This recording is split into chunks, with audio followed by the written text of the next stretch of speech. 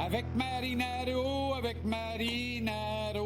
Tony Marinaro. Ça, c'est sûr, toi, t'es de bonne humeur. C'est sûr. Qu'est-ce qu'il y a? Hier, on s'est laissé t'envoyer peut-être des mauvais esprits sur Jacob Fowler. Le mauvais but qu'il a accordé, c'est toi qui as forcé. Des mauvais esprits. Ah, moi, j'en suis convaincu. Et ça, c'est là, t'étais-tu à voir arriver à perdre? Ils auraient pas dû envoyer mon tambour. T'étais de mauvaise humeur. Hey, t'as jeté le malocchio. On appelle ça les mauvais esprits en italien. J'ai jeté le malocchio sur Jacob Fowler. Ben oui, je pense qu'il n'y a pas besoin de moi pour connaître des difficultés. Je suis... tu sais quoi, je ne me réjouis pas du malheur de personne. Quand Jacob Fowler, quand Jacob Dobèche a eu des problèmes, j'avais pas de plaisir. Quand Montembeault en a, j'ai pas de plaisir. J'en aurais pas pour Fowler non plus. Je trouve, par contre, très agaçant qu'on emballe Fowler dans du papier bulle, qu'on veuille le protéger à tout prix. Tôt ou tard, il va faire face au feu nourri de Montréal. On sait ce que c'est. Et il est fort entre les deux oreilles. À vous, la direction du Canadien et au COM, de le démontrer en le laissant parler au monde, en donnant une accessibilité. Vous voulez le garder ici? Ben, qu'il se comporte comme un pro jusqu'à la fin. Il a parlé hier, mais selon ce que j'entends, ça a été très court. Et on a refusé de le sortir après Madison Square Garden, après la défaite. Alors, et le reste. Ça, c'est une chose. Autre chose. Mais ce soir, c'est moi qui n'ai pas de bonne humeur. Là. Si Samuel Montembeault est dans le net hier puis connaît exactement le même type de soirée, là. 3 buts sur 20 lancés. Ouais. Se fait battre entre les jambières, tire à ras la glace sur le deuxième. Gèle derrière son filet et perd possession de la rondelle. C'était un échappé. Arrête, il est battu entre les deux jambières. C'est un arrêt de routine pour un vrai goaler de la Ligue nationale qui est sharp. Arrête. Arrête. T'as-tu parlé des goalers aujourd'hui? Non. Il y en a 2 dans le corridor. Là. Va faire tes devoirs, tu reviendras. Oui, devoirs, oui. OK, donc on va lui mettre... OK. Regarde ça, là. OK. Sais-tu combien de buts Cole Caulfield a marqué comme ça dans sa carrière à date? Arrête. Hey, combien de gardiens de but arrête Trevor Zegras en échappé? Regarde ses pourcentages. Regarde ça, là. Tabaslac. Sa position, il est à terre trop tard, il est battu entre les deux jambières, son hockey touche pas à la glace. Voyons, Tony. Je vais pas blâmer un gardien de but pour donner un but en échappé. C'est 50-50. Je te le donne que, évidemment, le troisième but, il y a un manque d'expérience, il y a un manque de communication. C'est un très mauvais but. Et c'est le but. Ce but-là a été le clou dans le cercueil. Le Canadien était mort après ce but-là. Mais moi, cependant, je vais te dire quelque chose. Je vais te dire. Oui. Pour moi, là, il est moins responsable du troisième que du deuxième. Parce que sur le troisième, là, qu'est-ce que fait Noah Dobson? Qu'est-ce que fait Demidov? Non. Y a-tu quelqu'un qui lui a parlé? Y a-tu quelqu'un qui a dit, Manon?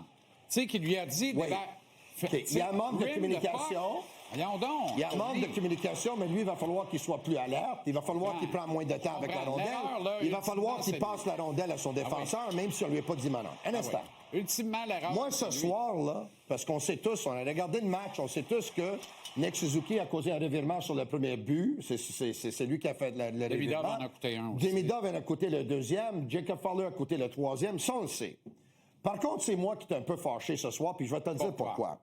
Parce que le Canadien, hier, il avait pas l'air d'une équipe qui était préparée pour jouer ce match-là. Exact. Comme trop souvent. Il était une équipe qui ont mal commencé le match. Tu es d'accord, comme trop souvent?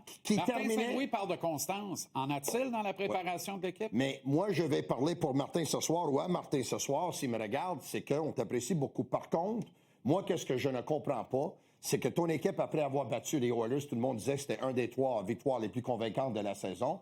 Hier soir, je jouais contre les Flyers de Philadelphie, le même nombre de points, puis les Flyers avaient un match en main. Le Canadien n'ont pas bien entamé ce match-là. Non. Ils n'ont pas bien fini les périodes non plus, parce qu'ils ont accordé un but en fin de première, puis un but en fin de deuxième. Toujours les mêmes revirements. Là, on peut pas dire que c'est la jeunesse, parce que Martin Saint-Louis nous a dit il y a couple de jours de ça. On enlève la jeunesse de là, ça, c'est une excuse. Le problème que j'ai... On a refusé de souffrir. Le problème que j'ai, c'est que dès le moment que tu tires de l'arrière 3-1 après la deuxième période, et tu commences la troisième période, puis après 2 minutes, c'est encore 3-1, puis après 4, c'est encore 3-1, puis après 6, c'est encore 3-1, puis après 8, après 10, après 12, après 14. Qu'est-ce qu'ils ont fait pour ils sont pas adaptés à une équipe des Flyers qui ont bloqué le centre de la patinoire. La boîte +1, exact. 1, 2 en territoire neutre. Qui ont donné juste... Game efficace. Qui ont donné juste l'extérieur. Le Canadien, ils se sont pas adaptés à ça. La game que tout le monde joue en série éliminatoire, by the way. sais, sur papier, hier, là, c'est qui le meilleur club? Même magané comme Canadien. on était. Ben, comment ça se fait que tu fais menotter de même? Parce que tu as d'un côté un coach qui fait un avec 20 gars, puis de l'autre, un coach qui fait 20 clubs avec 20 individus. C'est Martin Saint-Louis à mieux coacher que Knobloch dimanche soir, ce qu'on s'entend là-dessus. On peut dire que Rick Tocchet a gagné son bataille de coach contre Martin Saint-Louis hier parce qu'il y avait un plan de match. Le Canadien ne se sont pas ajustés à ce plan de match. Puis ma question pour toi est, quand tu tires de l'arrière 3-1 en troisième période, puis tu gardes tous tes trios intacts, puis tu roules tous tes trios encore, qu'est-ce que tu fais? Tu dois essayer de faire des choses pour créer un étincelle, pour changer le momentum du match. Si Texier, c'est le meilleur allié du Canadien hier, ou le meilleur attaquant des Canadiens hier, mets-le soit sur le premier trio. Si ça ne fonctionne pas avec Bolduc, à la limite, là, sépare même Suzuki et Caulfield s'ils n'ont pas produit hier. Essaye d'envoyer un électrochoc à l'intérieur des Il le fait tout le temps sans plus de résultats. Puis hier, en maintenant la même recette, le Canadien a eu ses meilleurs moments en troisième période. On a eu plus de tirs au but en troisième que dans les deux premières périodes. C'est sûr, les autres avaient une avance de 3-1. Ils ont arrêté de jouer. Non, ils n'ont pas arrêté de jouer. Ils se sont bien repliés. Ils ont arrêté de mettre le pied sur le gaz. C'est là qu'on a rentré des rondelles au filet. Et c'est là qu'on a le plus attaqué le filet, c'est en troisième période. Puis on ne peut pas dire que le Canadien n'a pas eu ses chances non plus. Est-ce qu'on a été malchanceux? Un peu, en partie. Est-ce que Vladar a été mirobolant? Non. Mais il a fait le travail puis il n'a pas fait d'erreur. 10 lancés après 2 périodes contre les Flyers de Philadelphie. Ça, c'est une catastrophe. Ça, c'est un désastre. Il ne jouait pas contre l'Union soviétique hier. Le premier joueur de centre des Flyers hier, c'est Christian Dvorak. Pour quelle raison? Parce qu'ils ne se sont pas ajustés. Non, parce qu'ils tournaient en périphérie. Les Flyers fermaient à boire. Ça, c'est sûr. On restait en Ils ne sont pas ajustés à une équipe qui bloquait le centre de la patinoire. C'est ça que je te dis. Exactement. Mais ça, là, tu vas faire face à ça tout le temps à partir du retour de la pause des Jeux olympiques. Et si tu rentres en série, c'est à ça que tu vas faire face aussi. Est-ce que tu me comprends ce que je te dis? Disons que Martin a préparé son équipe en conséquence, qui a dit, écoute, les Flyers, là, ils vont bloquer le centre de la patinoire. Puis nous, qu'est-ce qu'on va faire? On va besoin d'avoir des défenseurs engagés, des défenseurs qui vont transporter la rondelle. On va essayer de casser la boîte, etc. Tous les tactiques qu'il faut les donner. D'ailleurs, oui. Est-ce que c'est pas ce qu'Alexandre Carrier a fait brillamment pour permettre à Texier d'avoir un angle de tir et du temps pour lancer? Oui, monsieur. Il n'y a pas de secret, là. Donc. Mais pourquoi on le fait une fois dans la veillée? Donc, peut-être. Avant longtemps, là, je te le dis, là, oui. Avant longtemps, Tony, là, on peut en parler de là. Noah Dobson n'est pas un gars de 9,5 millions par an. Mais ça, on le savait déjà. Non, mais là, c'est une... Ça, on le savait quand ils l'ont signé. Non, mais on n'en parle pas. Pourquoi c'est comme si on parle tout pas. le monde... Pourquoi j'ai poussé pour avoir un contrat de 8 ans à 10 millions de dollars par saison à parler Nautil? Parce que je savais qu'à un moment donné, Nautil, s'il va signer moins que 9,5, il va regarder l'autre et dire, écoute... c'est déjà le cas. Voyons donc, Tabaslac. Lane est meilleur offensivement par 1,5 million. Il est meilleur défensivement par 1,5 million. En clair, il est meilleur.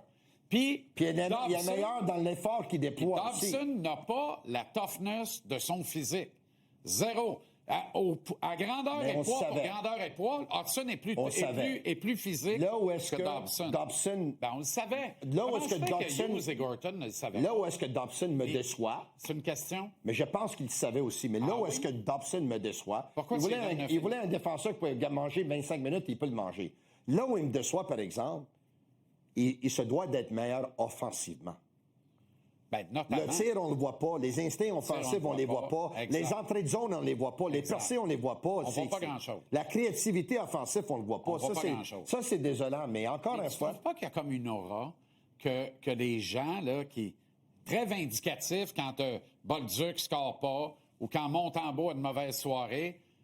Jamais on critique Gorton Hughes, Saint-Louis et Associates. C'est comme s'il y avait une aura. Mais qu'est-ce que tu penses que je viens de faire? Je viens de te dire qu'ils ne se sont pas ajustés tout le match. Mais en général, là, sur les réseaux sociaux... Mais moi, en général... Nous autres, on a un travail à faire, on le fait. Oui, je comprends, mais je trouve que... Pour moi, c'est pas important qu'est-ce qu'il dit mon chum Phil sur l'application. On est fin en jouant le vent. Mais moi, c'est parce que c'est la loi du 2 poids, 2 mesures que j'aime pas. Parce qu'on s'acharne sur certains... Puis on refuse de décrier les autres. Mais un instant. Je me répète, là, mais hier... Je suis pas en désaccord avec toi. Mais on ne peut pas, en ce moment non plus, avoir les mêmes standards pour Fowler que pour Montembeault. Montembeault est dans la Grande Ligue depuis 6 ans, puis Fowler vient d'arriver, puis il joue son 3e match en Ligue nationale. C'est sûr et certain que lui, son erreur, on doit dire que c'est une erreur de apprentissage. Exact. Ça, je comprends. Aucun doute. Moi, il y a d'autres questions, là. Comment ça, les gars qui sont payés... Je ne veux pas qu'on soit aussi dur avec Fowler qu'on l'aurait été avec Montembeault. Je te suis. Je veux qu'on soit moins dur avec Montembeault. C'est parfait. Tu comprends? Puis je comprends ton point. Le problème que j'ai, c'est que les gars qui sont payés pour donner des mises en échec, puis faire changer le momentum d'un match, puis faire brasser ces choses-là, ils font quoi? Quand le Canadien tirait de l'arrière 3-1 hier, puis ils étaient flats comme un 7-up pas de gaz, là, hein, en troisième, Josh Anderson a essayé de faire quelque chose, mais ça a abouti à rien. Puis je suis tanné d'entendre qu'ils essayent de faire quelque chose, mais l'autre équipe ne répond pas. T'es quand même sur le meilleur trio du Canadien hier. Là, oui. C'est le cas depuis une coupe de games. Ben, tu sais comme un moi bon que, trio, là. tu sais comme moi un bon trio. Que si toi, t'animais une émission de télé à Philadelphie aujourd'hui, et les Flyers jouaient chez eux, puis ils étaient flats comme le Canadien, puis perdaient 3-1 en troisième, toi, t'aurais dit, comment ça, Nicolas Deslauriers n'a pas essayé de faire quelque chose? J'aurais pas dit parce qu'il aurait fait quelque chose. OK. Et pourquoi on parle pas? Il n'y a personne chez nous qui l'a fait. Puis Struble puis Xhekaj hier. C'est terrible. Qu'est-ce qu'on a actuellement avec le club de hockey canadien? C'est que je trouve qu'il y a des joueurs en ce moment qui sont résignés à la défaite. Même le staff après le match, ils ont l'air résignés à la défaite. Un victoire, une défaite. Un victoire, une défaite. Hey, ils ont perdu les derniers 5 matchs à domicile les mardis. Ils ont perdu 10 de 18 matchs au Centre Bell. Ouais. Si tu perds 10 de 18, si on continue de même puis ils vont jouer pour 490 à la maison, ils vont rater les séries. Et quand on gagne à peine par 1,1 but. Et quand on perd par 2 buts ou plus en moyenne. Les volets, on en mange, là. C'est terrible, les volets qu'on mange. Le manque de constance. Là, que tu le veuilles ou non, c'est une fessée encore, là. C'est une clinique. T'as beau être au pair dans les tirs au but, dans les chances de marquer quasiment aussi. C'est une clinique. C'est une clinique d'une équipe qui joue comme une équipe ambitieuse et d'une école de hockey pour développer les aptitudes individuelles. C'est une équipe qui avait un plan de match. C'est la vieille ritournelle. Qui n'ont pas délogé, ça marche. Ils n'ont pas délogé du plan de match, tandis que tu as un autre qui ne sont jamais ajustés puis ils n'ont pas trouvé la solution. Ça, c'est très inquiétant. Hein? Qui sort si Matheson joue demain? Mais tu peux sortir tout le monde, comme ils ont joué hier. Je comprends, là. Mais tu sors lequel? Va sortir Xhekaj, solution facile. Moi, j'ai beaucoup aimé Adam Ekstrom. Moi, je ne sors pas Ekstrom. Puis hockey Stafkard encore une fois. Il est revenu, là. Oui. Moi, Ekstrom ne sort plus du line-up. Il a commencé à prendre un peu de confiance hier. As-tu vu comment il est rentré dans la zone offensive avec la rondelle? C'est le 5. Pour moi, c'est le 5. Oui, mais... Pour moi, c'est le 5. J'ai pas aimé le fait que Slafkovsky l'a regardé avec des mauvais yeux parce que, selon Slafkovsky, lui a donné un passe suicide. Là. Exact. Moi, au gros Slav qui joue bien depuis un mois, je dis Slav, garde-toi la tête haute. Exact. Prends l'information, t'es où sur la patinoire, là? Exact. Parce que, tu sais, tu vois, boum, il se fait frapper, il se lève, il regarde Engstrom, il est pas content envers lui, et là, il commence à parler avec lui, puis lui dit, hey, tu m'as donné un passe suicide, là. Non, mais pas vrai. Check. Oui. Mais attends une minute, là. Ouais. Ça, c'est une passe suicide, ça. Mais pour lui, ça l'était. Parce que c'est ça qu'il a reproché à Adam Engstrom. C'est ça. Va jouer à Ringuette. Check. Va jouer à Ringuette. Va jouer à Ringuette, grand. Puis ça a l'air, check, il regarde encore Engstrom, il parle encore Engstrom, puis ça a l'air que quand il est retourné au banc, ça continue cette discussion-là. Je m'excuse, là, mais garde ça pour le vestiaire. Ça, c'est une très, très mauvaise attitude, de 1. Et en plus, il est pas aimé. La passe est sur le tape, est parfaite, puis c'est lui qui est la meilleure option de passe pour Ekstrom. Il veut qu'Ekstrom fasse quoi? Attendre un revirement? Attendre un picking puis être victime d'un revirement? Parce qu'on va pas passer la rondelle à Sa Majesté, ça se peut qu'il se fasse frapper. Moi, là... Pourquoi Caulfield se fait pas frapper comme ça? Exact. Au lieu de faire ça, Slafkovsky aurait dû aller secourir Demidov, qui, lui, est venu le défendre et le secourir. Puis il aurait dû aller voir Demidov en disant construis sur du positif plutôt que de construire sur le négatif. Va voir Demidov et remercie-le d'être venu à ta défense. Demidov, c'est vrai. Au lieu de montrer à 21 000 personnes que tu es en train de faire la leçonnette au nouveau venu en arrière à la défense. Demidov, c'est un vrai. Il a tellement raison. Il a fait un revirement hier. Mais Demidov, quand il a voulu se venger sur la mise en échec de Ristolainen sur Slafkovsky, il a montré à tout le monde qu'il a du courage, ce gars-là. C'est un gars d'équipe. Exactement. Parce qu'il aurait pu se faire arracher la tête par Ristolainen parce que je ne pense pas que Demidov se bat comme Taidomi. Là. Non, mais Ristolainen non plus. Oui, non, je comprends. Ça ne tentait pas d'ailleurs, mais c'est parfait. C'est quand même un recrue dans les nationales, ça fait du courage. Il est allé, il en a rajouté. Il a pogné ce que j'appelle, moi, un excellent 2 minutes. Je suis autant fâché que toi, tu l'as été hier. Pour moi, il y a des bonnes défaites, il y a des mauvaises défaites. Cette défaite-là, hier soir, je ne l'ai pas aimée, mais pas du tout. Et ça fait beaucoup de défaites qu'on doit détester. Tu sais, honnêtement, là, il va rester combien de tapes des 82 matchs de la saison à la fin? Parce qu'à date, là, on a quoi? On a 32 joués. Combien de joués, là? Pas assez de Québécois dans cette Combien de équipe-là. T'as vu, là, hier, il n'y en avait pas deux. Montembeau n'était pas là, puis Matheson n'était pas là, puis ils ont perdu. Bon, On est au enfin, Québec, ça commence ici. à rentrer. On est au Québec, 7. Québec 7. Québec 7. Bonsoir. Comment t'as fait la caméra?